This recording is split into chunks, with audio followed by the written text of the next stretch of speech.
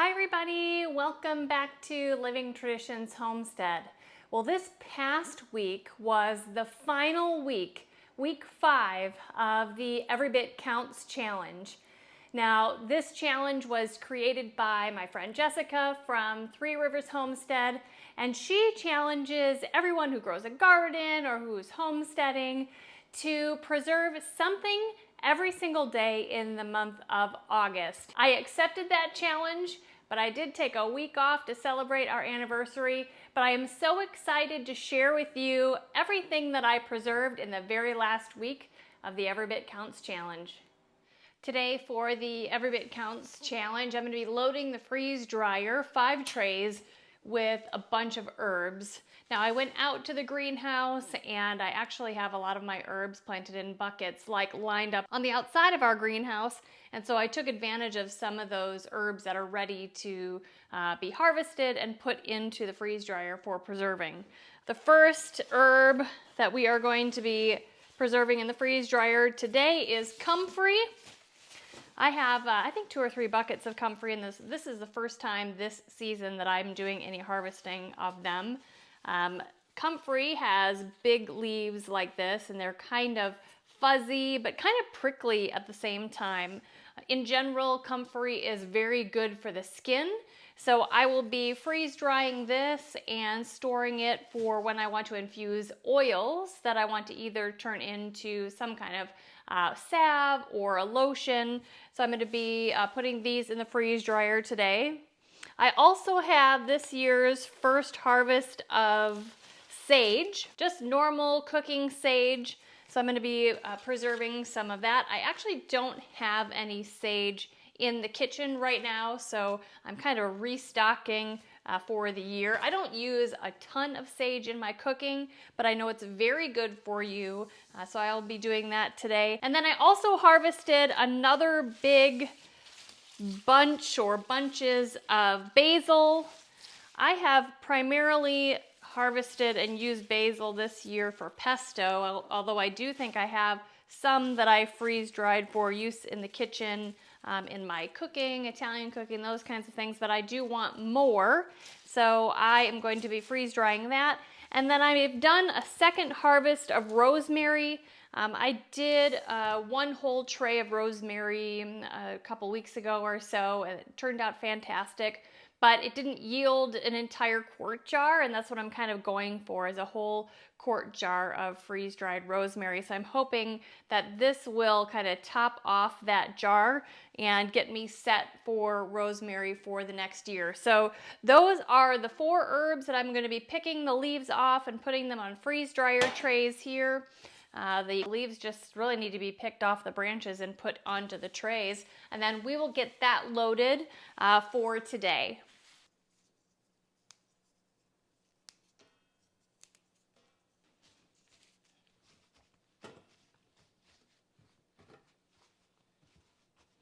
Okay, the sage is done, and I just set it aside for a while, and I'm going to start working next on comfrey.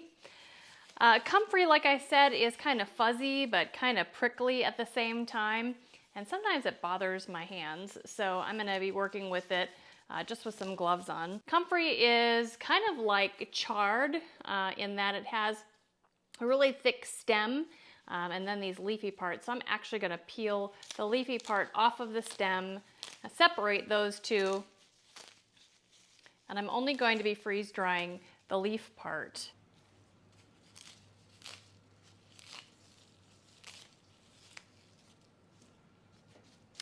That is tray 2. Trays 3 and 4 will be for basil. Again, I'm just going to pick these leaves right off of these branches and fill these trays.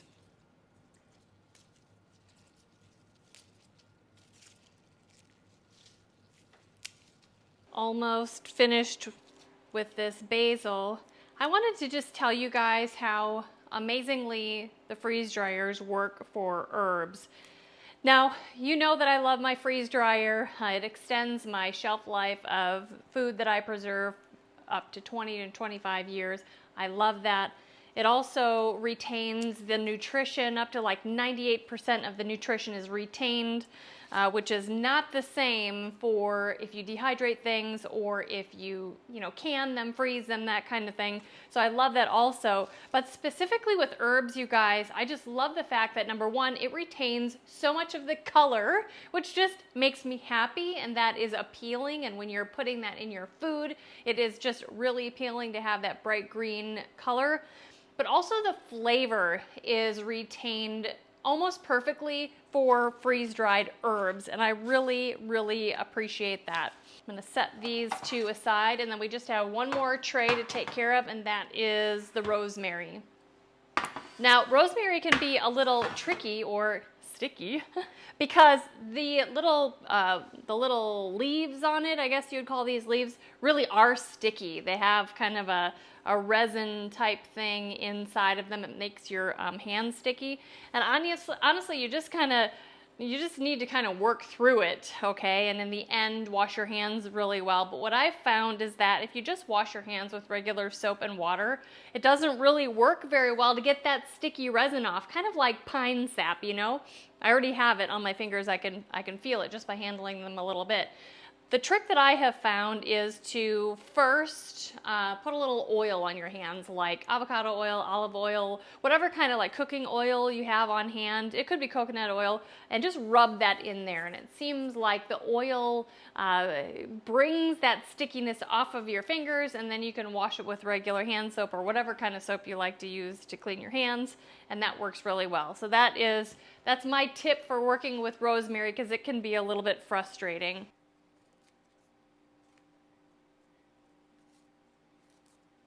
Okay, the rosemary is done. All 5 trays are filled up with herbs. So now it's just time for us to load these in our Harvest Right freeze dryer and get them freeze drying.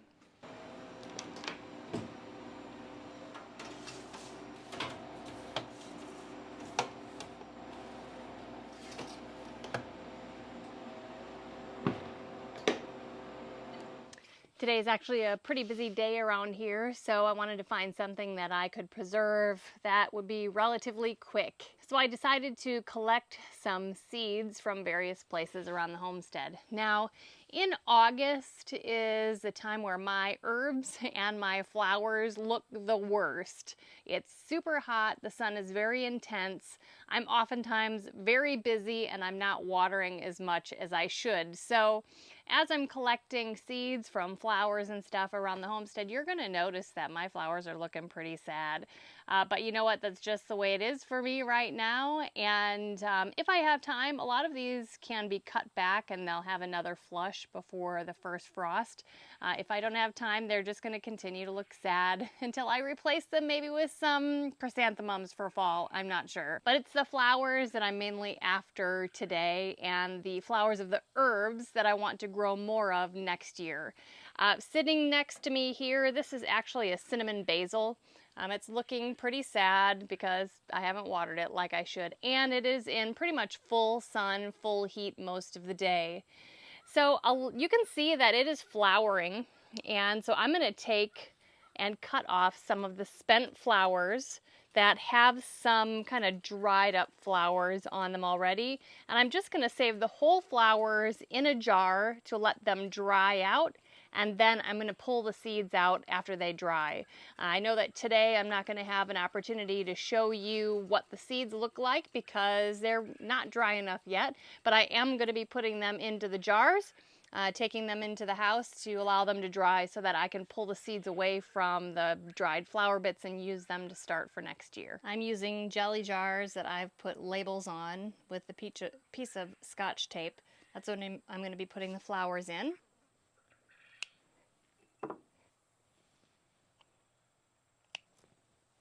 So that is what I have kept for the cinnamon basil.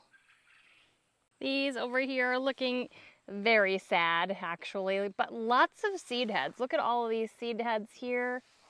This is called Gaillardia, and on the right, those are more orange, and on the left, they are more yellow. And I am going to pick off some of these seed heads and dry them just like I did before so that I can grow some more of them for next year.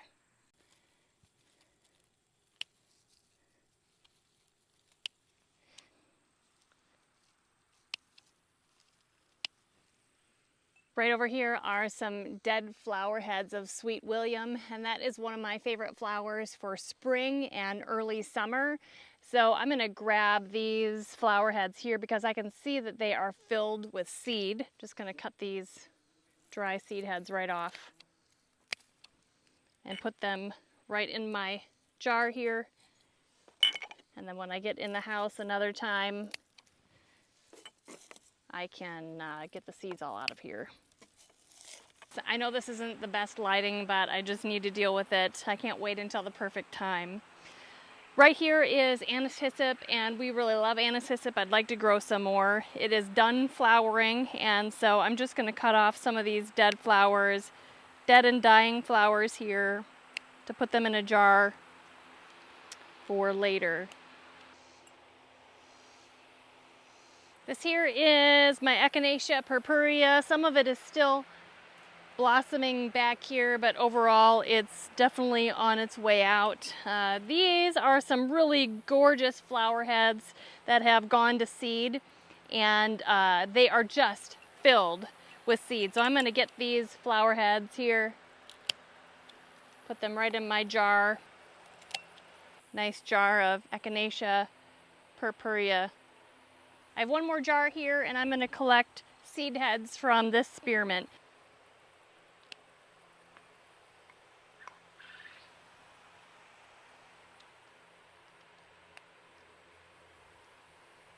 So the seeds I ended up collecting today were Sweet William, spearmint, the Gaillardia yellow, Echinacea purpurea, Gaillardia orange, anise hyssop, and cinnamon basil.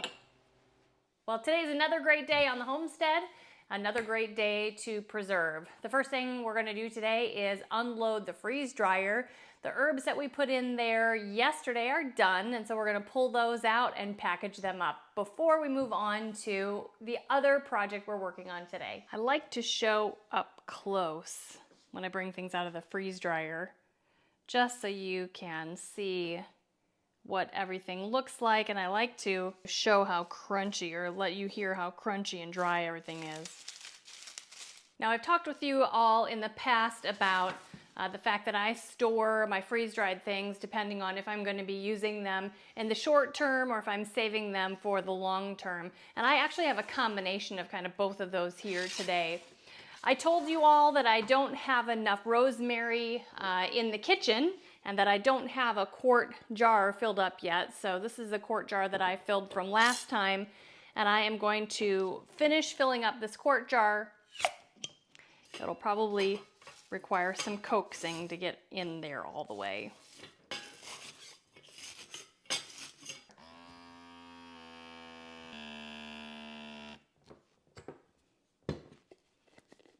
I'm going to do the exact same thing with the sage because, as I told you, I don't have any sage in the kitchen right now.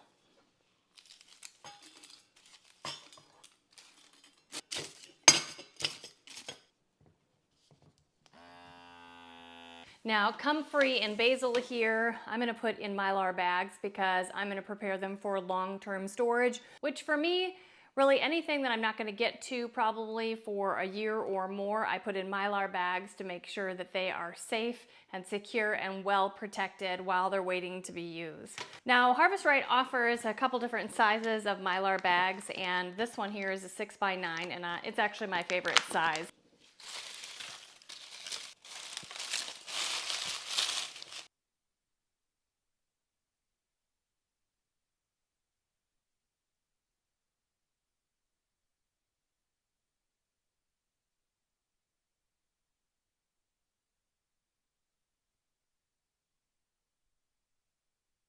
Now that the freeze dryer is empty, it is time to prepare it to be filled back up again.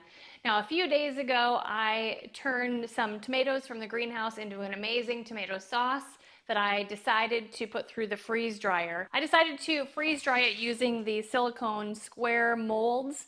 And because I wasn't quite ready to fill the freeze dryer and I didn't have a full freeze dryer's worth of things to go in there, I just put these in the freezer to kind of pre-freeze and just to kind of hold until I was ready to start the freeze dryer. Now that these are frozen, The other things that I put into the freeze dryer really need to be frozen ahead of time too. That's kind of one rule of thumb with the freeze dryer. You don't want to mix pre-frozen and not frozen things in the freeze dryer. It just doesn't work as well. So I'm going to put this tray back in the freezer, and then I'm going to prepare other things to be frozen also.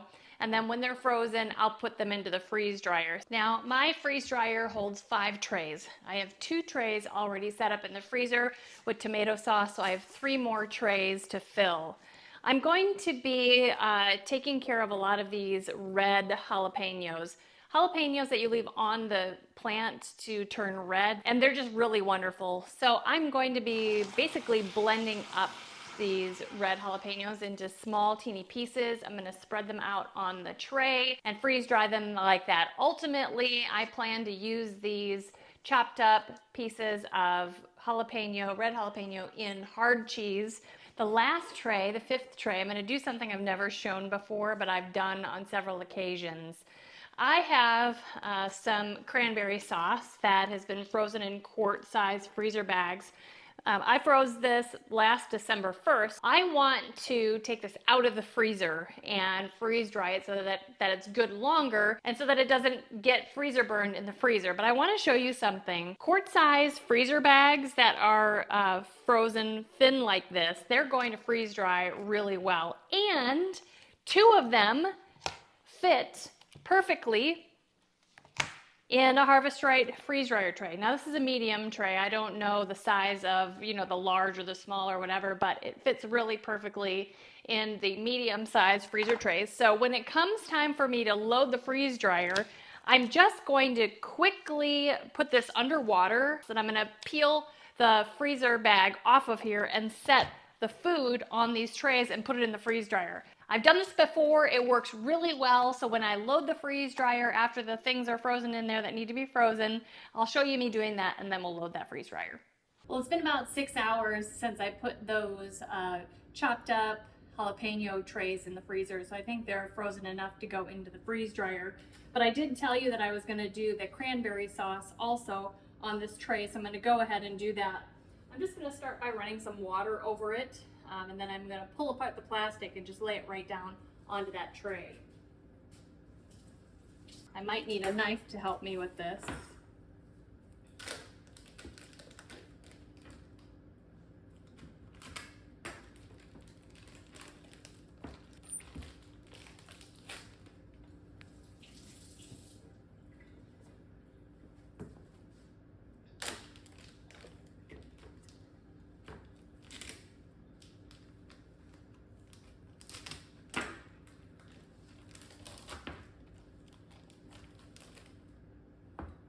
There we go, just like that, and that can go right in the freeze dryer.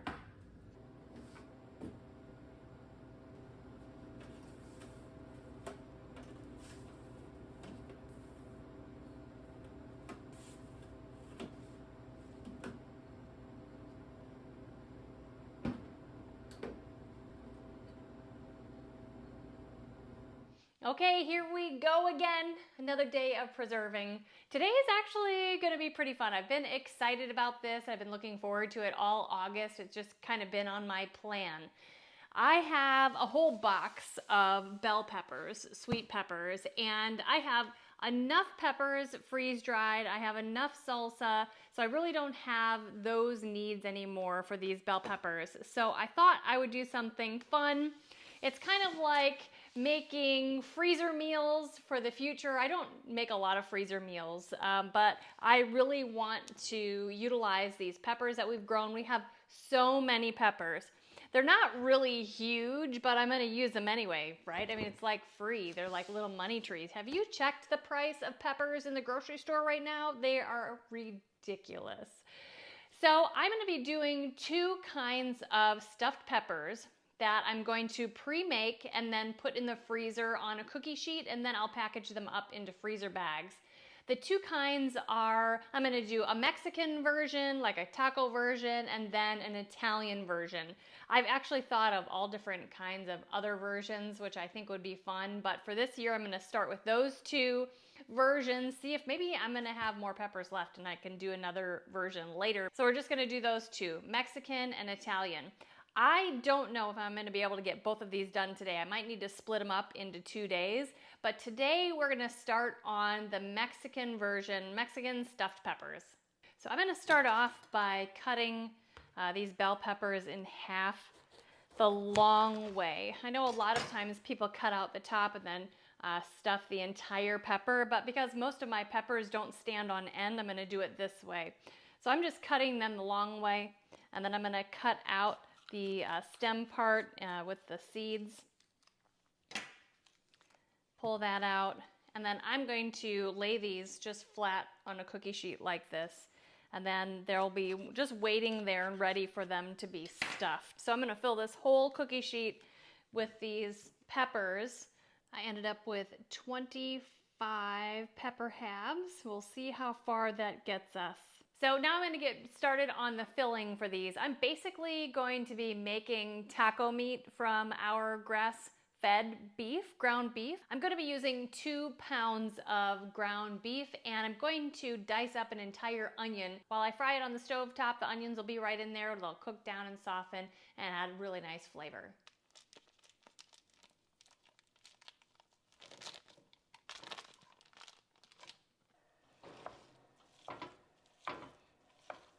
Okay, this is all browned and the onions have cooked down nicely. I'm going to add all of my taco seasonings.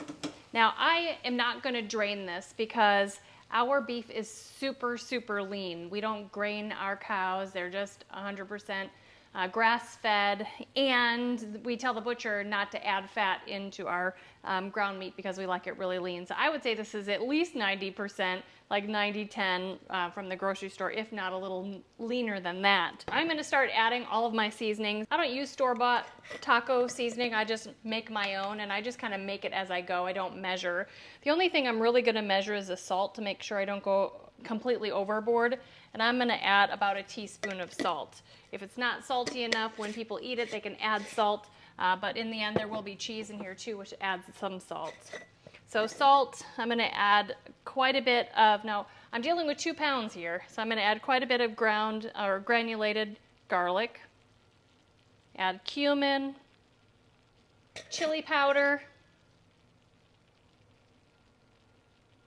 next paprika. You can see that most of my spices and herbs and stuff I keep in quart jars, and I order them in bulk because I do so much cooking and I love using a lot of seasonings. I order them in bulk from Azure. I feel like I get a really good deal, and then I'm not chintzy on adding herbs and seasonings to my cooking. So that was paprika. The last thing we're going to add is oregano. This oregano is actually grown by me. And then I'm just going to stir all of that up. I'm adding a half a cup of water, and I'm going to mix that in, and I'm going to turn the heat back on so that it can kind of simmer in that water, and all of those seasonings will combine more with that meat. In the end, that water will evaporate, and then we won't have to worry about having kind of juicy taco meat in our stuffed peppers. Now, while that simmers, I'm going to move on to another step, kind of prepare ahead of time. One of the steps that I'm going to be doing here. I thought it would be really fun to have melted cheese on the inside of the filling. Recently, Kevin took a trip to Costco and he was hungry, and we're doing keto, as you know, so there were limited things that he could eat there, and he bought a giant package of cheese sticks. He bought sharp cheddar jack cheese sticks like this. And so I thought that I would cut these cheese sticks into 3 and then put a little piece of this cheese in each one of these halves of pepper. And I thought that would just be a really nice addition, some melty cheese on the inside when you cut in. So I'm going to take a bunch of these out of their wrapper and cut them into 3, and then just put them in the peppers right away while I'm waiting for the meat to finish. So surprise number 1 was that there's going to be cheese on the inside, which will be very fun to discover when you cut one of these open. But surprise number 2 is that in the meat, I'm going to mix in quite a bit of the shredded freeze-dried zucchini that I freeze-dried earlier in the summer. Maybe it was late spring. I'm just going to sprinkle quite a bit of it on the top, and then I'll end up working that in. It's not going to change the flavor at all. It might soak up any more of the moisture that is still in there, but really I'm just adding it for more nutrition.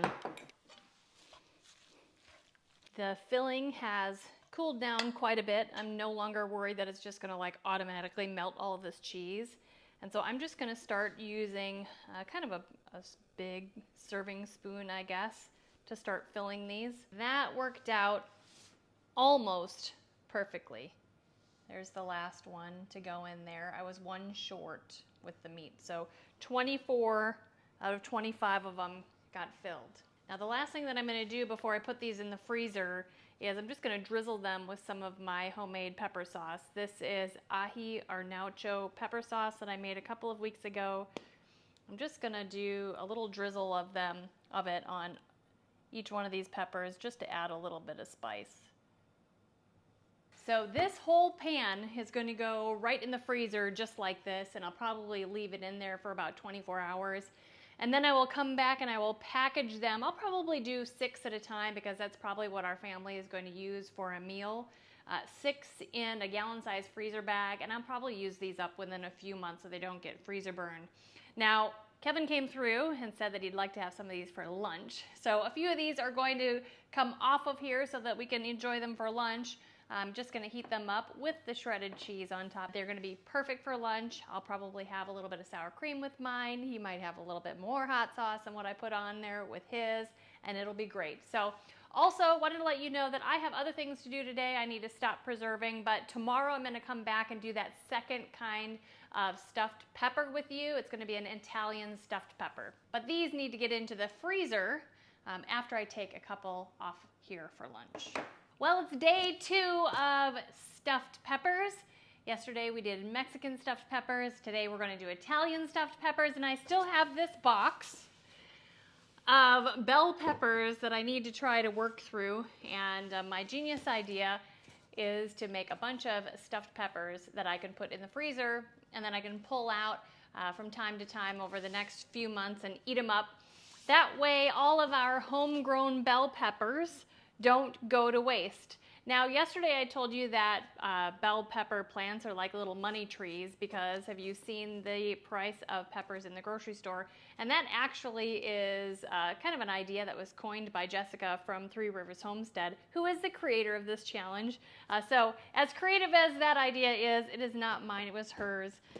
But it is so true. Pepper plants are like little money trees because peppers are so expensive. Okay, so let's get started on making Italian stuffed peppers for the freezer.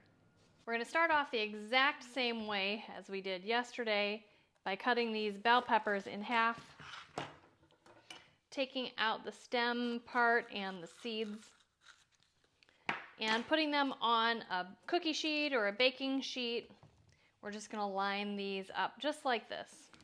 Well, in this pan, I fit 29 peppers. They must have overall been smaller than the last pan. So these are just gonna hang out until we're ready to put our filling in there. Again, like with the Mexican filling, I'm gonna start with dicing 1 whole onion, 1 pound ground grass-fed beef, and 1 pound of sweet Italian pork sausage. And we'll just get that going and frying, and they will mix together. All right, the meat is well cooked. And again, both our pork and our beef are very low fat, so we don't have to drain it. The Italian seasoning in the sausage has a lot of seasoning, obviously. It has enough sodium in it. So I don't really have to add anything to add any more seasonings. I am going to add more garlic because, you know, Italian food needs a lot of garlic, and I am using granulated garlic there. Now I'm going to add some pasta sauce. Now this is my homemade pasta sauce. It is already seasoned with like an Italian seasoned blend in there. This is 1 pint, which is 2 cups, and I'm going to add this right to the meat. I'm wanting the consistency of this filling to be kind of the consistency of like Sloppy Joe's. Mix that up. Let me just taste that make sure it's okay. I know it's gonna be so hot. The flavor is really amazing. Remember the surprises we had with the Mexican stuffed peppers? Well, we're gonna have similar surprises with our Italian stuffed peppers. I have a block of mozzarella cheese here, and we are going to cut it into cubes and put 1 cube of mozzarella cheese inside each one of these pepper halves.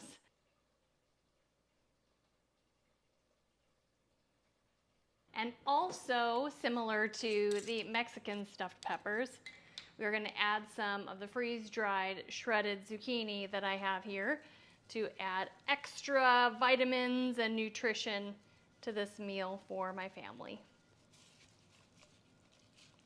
Okay, we're all set to stuff these with our Italian mixture. I'm so excited for this. Just like the Mexican ones, I'm just going to stuff them kind of up until the top. And also, like the Mexican stuffed peppers, I'm not going to add the cheese that I plan to put on top. I will put shredded mozzarella on top of these when they're almost done in the oven, so then they can melt nicely and not like totally melt all over the place and make a terrible mess before the inside filling is hot. Okay, these are done and ready for the freezer. I think they look fantastic. Now again, Kevin walked through and told me he would like to have some of these for dinner this time rather than lunch. So a few of these are going to be taken off so that we can eat them for dinner tonight, but the rest of them are going to go into the freezer until they freeze individually, and then I'll put them in 1-gallon freezer bags, enough for one meal. So that is what I was able to preserve today. Whoop whoop, another fun day of preserving. You guys, today I do have something fun, something I've never done before, but I was inspired by one of my favorite Instagram accounts, Beth from the Traditions Homestead in Michigan. She was talking about how she makes jalapeno poppers and she freezes them for the rest of the year.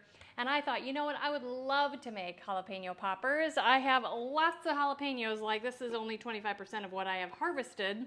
However, the men, Kevin and Gavin, my son-in-law, don't like cream cheese. So I want to make jalapeno poppers that don't have cream cheese in them, that are really just more than cheddar cheese in them. So I scoured the internet and I found a jalapeno popper recipe that I think they will enjoy. It is bacon cheeseburger jalapeno poppers. And so that is what I'm going to make today. Half of them will be spicy and half of them will not be spicy to, accommodate everybody's palate. I'm going to be freezing them for, appetizers to be used in the future, and I'm really excited about it.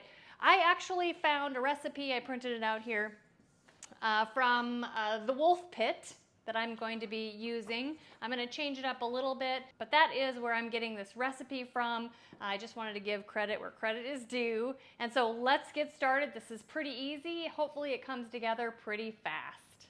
Okay, the first thing that we need to do is take our jalapenos, cut the stem parts off of them, and take the seeds, 2, 4, 6. I'm going to be using 6 jalapenos. These are the green ones. So the not hot jalapenos are green, and the spicy jalapenos I'm using are red. That's how I'm going to be telling the difference between the two, and how I'm going to tell the people eating them to tell the difference between the two. So easy enough. I'm going to cut the stem part off, cut it in half because that's how we're going to be stuffing it. And then I'm going to be removing the seeds and the center part and that vein there. Not only will that make it not as spicy, but it will also give us more room to put our stuffing. Or put that on a baking pan or cookie sheet. All the peppers are now cut up and ready to stuff. So now we need to work on the filling. Now I want to tell you ahead of time that the original recipe instructs you to wrap the filled jalapenos in bacon. And it says that the best bacon to use for that is like the thinnest cut bacon you can find because it wraps around really well and secures really well. Well, I have bacon that is from our pigs, and we instruct our butcher when we have them butchered we like actually thick bacon. So I decided not to wrap the bacon around the jalapeno when we're done. I actually decided to cook the bacon ahead of time, chop it up into kind of small pieces, and I'll actually work the bacon into the beef mixture that we're going to make here, the filling, so that you still get the bacon flavor. In fact, you might actually get more bacon flavor because I think the amount of bacon that I made to mix in is like a lot of bacon. So that is one change, probably the only change that I'm going to make on the recipe. The next step is to move on to 1 pound of ground beef. Again, this is our ground beef from our cows. Just going to add that in there. We're also going to add 1 cup of shredded cheddar cheese. I'm using extra sharp cheddar cheese because that is what we like the best. Add that in there. We're going to add 1 teaspoon of salt, 1 teaspoon of black pepper. We're also going to add 2 tablespoons of dried minced onion. And lastly, 2 teaspoons of granulated garlic. Using our hands, or you could use a spatula, we're going to combine all of this together until it is nice and well combined. Now that it's all mixed together, we're just going to take like a tablespoon or so, kind of roll it into a log a little bit, and then squish it into each half of these jalapeno sides.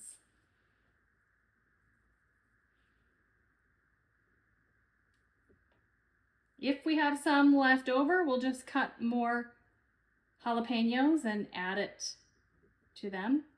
Well, I ended up having more filling than I had originally cut peppers for, so I cut a bunch more. So I ended up being able to use 22 of the peppers, whole peppers, cut in half. So 44 of the cheeseburger jalapeno poppers. So now I'm going to put these in the freezer until they're frozen solid, and then put them in freezer bags that I can pull them out and use them for Sunday dinners that we have together as a family, or holiday get-togethers. It'll be really fun, and I bet the guys are gonna love it, especially because there's no cream cheese in them. I think it's gonna be fabulous. So into the freezer these go.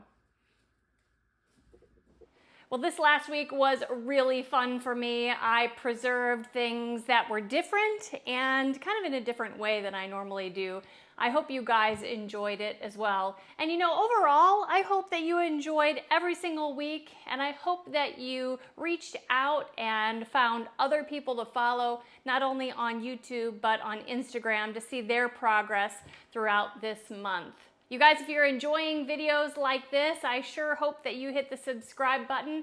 And also remember that the best way that you can help us here on the homestead is just to share our videos on your social media. Until next time, thank you so much for stopping by our homestead. Take care and God bless.